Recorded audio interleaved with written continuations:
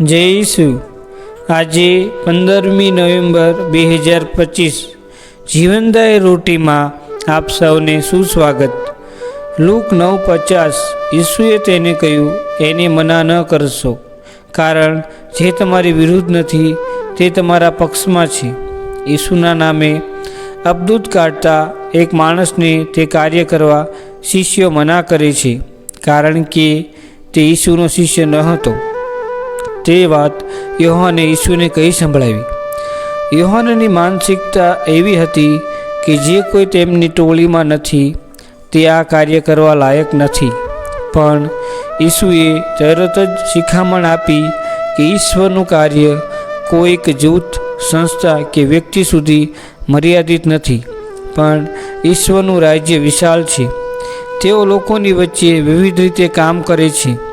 કેટલાક સામાન્ય વિશ્વાસીઓ પોતાના ઘરમાં, કાર્યસ્થળે, પડોશમાં ઈશ્વરનો પ્રેમ દર્શાવે છે।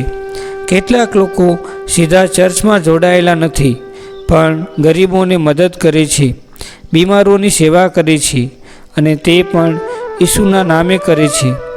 ઈસુ માટે મહત્ત્વનું એ છે કે કાર્ય તેમના નામે થાય છે। આપણે જે કાર્યો કરીએ તે બધું પ્રભુના મહિમા અર્થે કરીએ।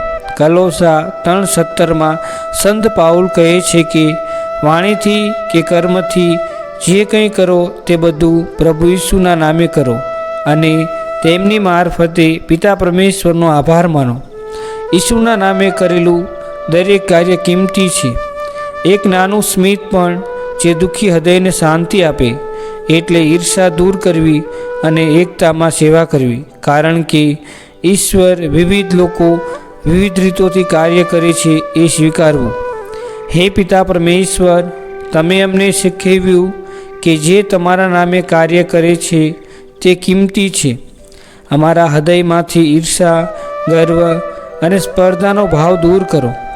અમને એવી કૃપા આપો કે અમે બીજાના સારા કાર્યમાં આનંદ માણીએ અને તમારા રાજ્ય માટે મળીને કાર્ય કરીએ। આપણે સૌ સાથે મળીને પ્રાર્થના કરીએ। પ્રણામ મારિયા, કૃપાથી પૂર્ણ, પ્રભુ તારી સાથે છે। ભાગ્યવંત તું સ્ત્રીઓમાં અને ભાગ્યવંત તારા ઉદરનું ફળ ઈસુ। હે પવિત્ર મારિયા, પરમેશ્વરની માં, અમો પાપીઓની વાસ્તે વિનંતી કર, હમણાં અને અમારા મોતની વખતે। આમીન।